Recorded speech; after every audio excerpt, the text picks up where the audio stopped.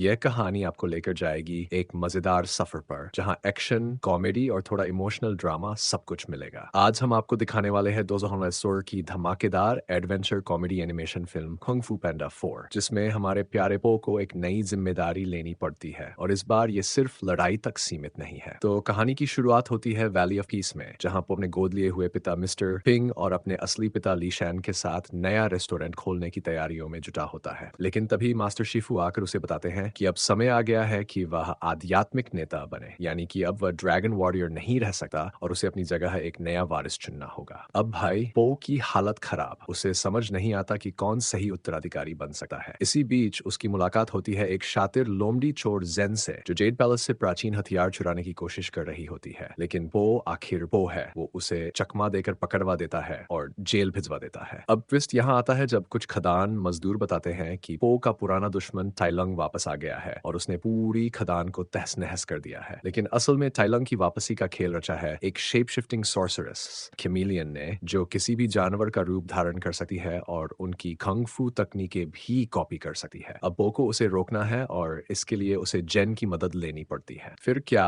दोनों निकल पड़ते हैं जूनिपर सिटी की ओर, लेकिन बेचारे पो को पता भी नहीं कि उसके चिंतित पिता भी उसका पीछा कर रहे हैं। जूनिपर सिटी पहुंचने के बाद पो और जेन एक शेडी टैवर्न में लड़ाई करते हैं, जहां से किसी तरह भागकर वे डेन ऑफ थीव्स पहुंचते हैं। यहाँ जेन का पुराना दोस्त हान उनकी मदद करता है। अब भाई पो और जेन चमेलियन के अड्डे तक पहुंचते हैं, लेकिन यहाँ बड़ा धोखा हो जाता है। जेन असल में शुरू से ही चमेलियन के लिए काम कर रही थी। उसका असली मिशन था पो के स्टैफ ऑफ विजडम को हासिल करना, जो स्पिरिट रेल्म का दरवाजा खोल सकता है। अब बेचारा पो फंस जाता है और चमेलियन उसे धोखा देकर पहाड़ से गिरा देती है, लेकिन हमारे प्यारे मिस्टर पिंग और ली शैन एंड वक्त पर आकर उसे बचा लेते हैं। ये दोनों उसे समझाते हैं कि बदलाव से डरना नहीं चाहिए और अब वो पूरी तरह तैयार है। खेमिलियन अपने स्टाफ की शक्ति से सभी मरे हुए मार्शल आर्ट मास्टर्स को बुला लेती है, टाइलंग, लॉर्ड शेन और जनरल खाई। सोचो कितनी बड़ी तबाही मच सकती थी। लेकिन पो को रोकने कौन आता है? फ्यूरियस 5 नहीं, इस बार जेन, जो अपनी गलती समझ चुकी है। आखिरकार वह डेन ऑफ थीव्स के लुटेरों को भी तैयार कर लेती है और वे सब मिलकर खेमिलियन की सेना से टकराते हैं। लेकिन असली मजा तब आता है जब चमेलियन अपने सारे दुश्मनों की ताकत चुरा लेती है और खुद एक चाइमेरा में बदल जाती है। अब पो को उससे भिड़ना ही होगा। लास्ट बैटल में चमेलियन पो का क्लोन बनकर उसी की तरह लड़ती है, लेकिन पो का दिमाग भी कोई कम नहीं। वह जेन पर भरोसा करता है और स्टाफ ऑफ विजडम उसे दे देता है। जेन चमेलियन को हराकर स्टाफ वापस पा लेती है और पो, जो सिर्फ नाटक कर रहा था, असली मुंह में आकर चमेलियन को हराकर सारे चुराए हुए खंग फू वापस लौटा देता है। सारे महान मार्शल आर्ट्स मास्टर्स भी इस कदम की तारीफ करते हैं और फिर वापस स्पिरिट रेल्म चले जाते हैं। टाइलंग जाते जाते चमेलियन को भी अपने साथ ले जाता है ताकि अब वह कभी दुनिया में तबाही न मचा सके। पो फिर एक बड़ा फैसला लेता है, वह जेन को अपना उत्तराधिकारी घोषित करता है। अब वैली ऑफ पीस में नया ड्रैगन वॉरियर बनने जा रहा है जेन, और भाई शिफू को तो इस बात से बड़ा ही झटका लगता है। लेकिन पो अब अपने फैसले को लेकर बिल्कुल कॉन्फिडेंट है। आखिर में पो और फ्यूरियस 5 मिलकर जेन को ट्रेनिंग देने लगते हैं और इस तरह खत्म होती है हमारी धमाकेदार कहानी। तो दोस्तों, आपको ये एक्सप्लेनर कैसा लगा? मजा आया तो लाइक और कमेंट जरूर करना, और हाँ, चैनल सब्सक्राइब किए बिना मत जाना।